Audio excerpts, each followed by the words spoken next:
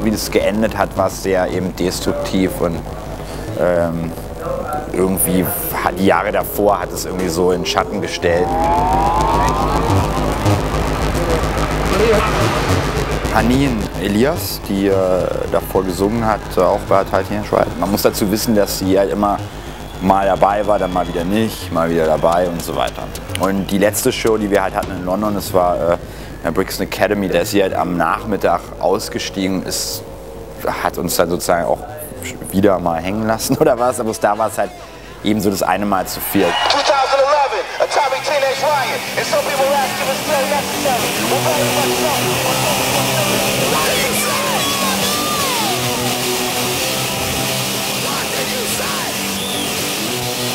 Dann kam natürlich noch dazu, dass Carl Craig gestorben ist und dann hat es einfach überhaupt keinen Sinn gemacht, da weiter darüber nachzudenken.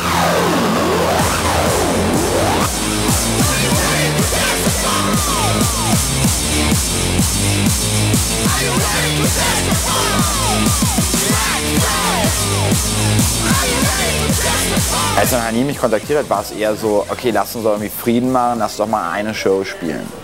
Und ich war ziemlich skeptisch. Teenage Riot, Berlin!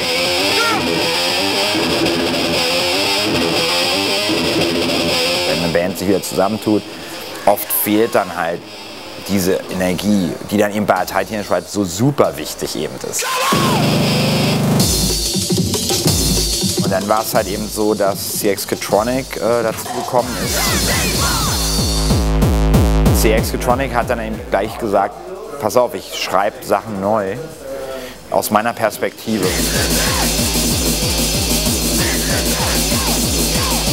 Und dann dachte ich, das ist eigentlich spannend, das finde ich spannend. Wenn jetzt jemand damit ein Problem hat, dass es nicht genau so ist wie früher, Pech. Und dann war es halt eben so, dass Haneen Elias dann eben auch nicht gekommen ist, weil sie mit der Stimme irgendwie Probleme hatte. Hat sie dann gesagt, zumindest. Und dann waren wir schon wieder in dieser Situation, aber wir sind einfach aufgetreten. Nick Endo hat es gemacht, was sie oft in den 90ern gemacht hat, einfach dann eben die ganzen Gesangsparts übernommen.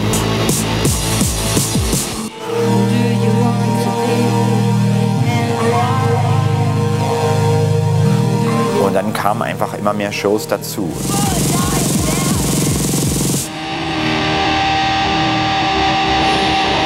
Wir waren jetzt gerade einen Monat in Amerika auf Tour und das war so die gleiche Zeit, als dieses Occupy Wall Street losging. Es geht halt durch alle möglichen Szenen durch alle möglichen Altersgruppen, durch alle Schichten oder so, dass Leute sagen, nee, irgendwie muss das auch in der Musik stattfinden. Also dass man sozusagen darüber redet und einfach das sagt, worum es geht und nicht die ganze Zeit immer so tut, als wäre alles in Ordnung.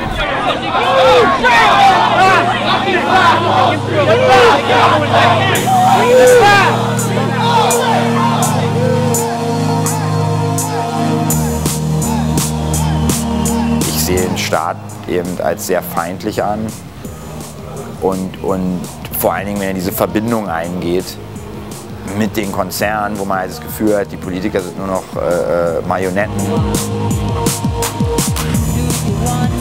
Wenn Mastercard oder PayPal die Spenden für WikiLeaks nicht möglich machen,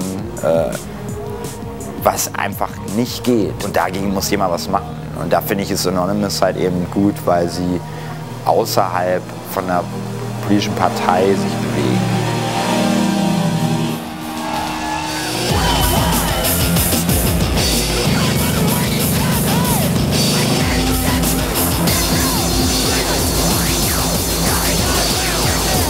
Natürlich ist die Frage, was erreichen Sie damit? Es ist jetzt manchmal auch vielleicht kindisch, indem jetzt einfach nur eine Website mal blockiert ist für eine Zeit lang.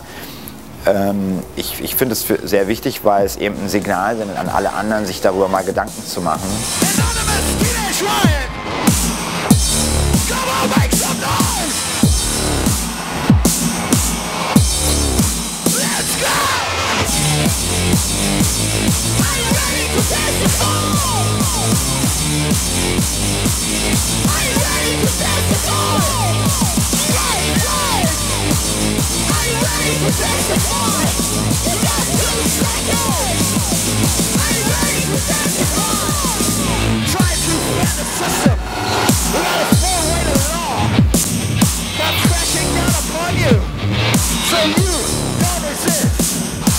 Es geht wirklich bei Italienisch Ride mehr um die Aussage. Ich glaube, es ist jetzt vielleicht auch mit der Platte ein bisschen klarer geworden.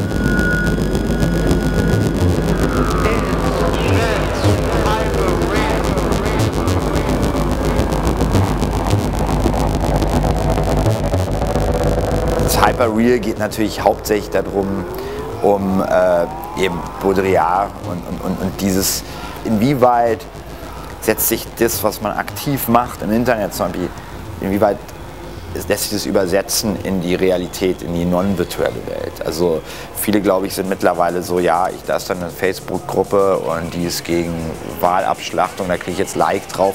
Ich habe das gemacht und jetzt ist es auch okay. Und es bewirkt halt aber eigentlich wenig Veränderung in dem Rest der Gesellschaft.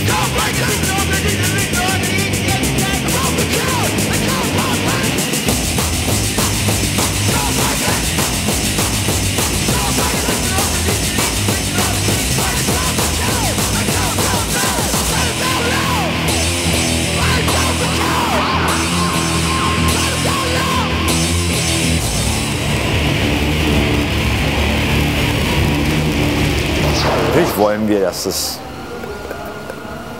die Leute sich davon beeinflussen lassen, sich eine Meinung machen und dann natürlich auch irgendwie handeln.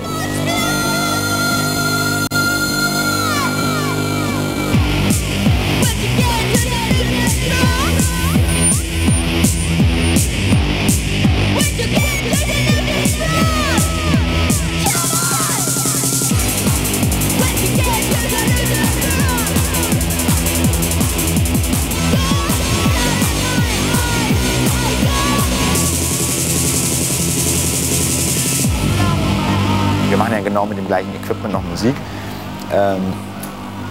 Es ist natürlich, ein Atari-Computer hat 2 Megabyte RAM.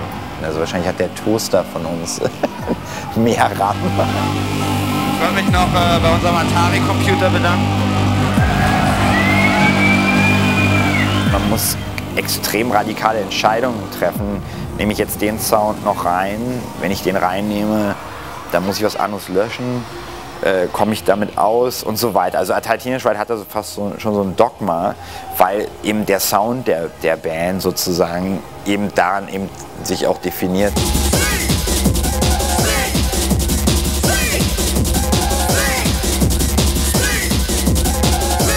Ich fand es halt eben eine Herausforderung in der heutigen Zeit, damit jetzt eine Platte zu machen.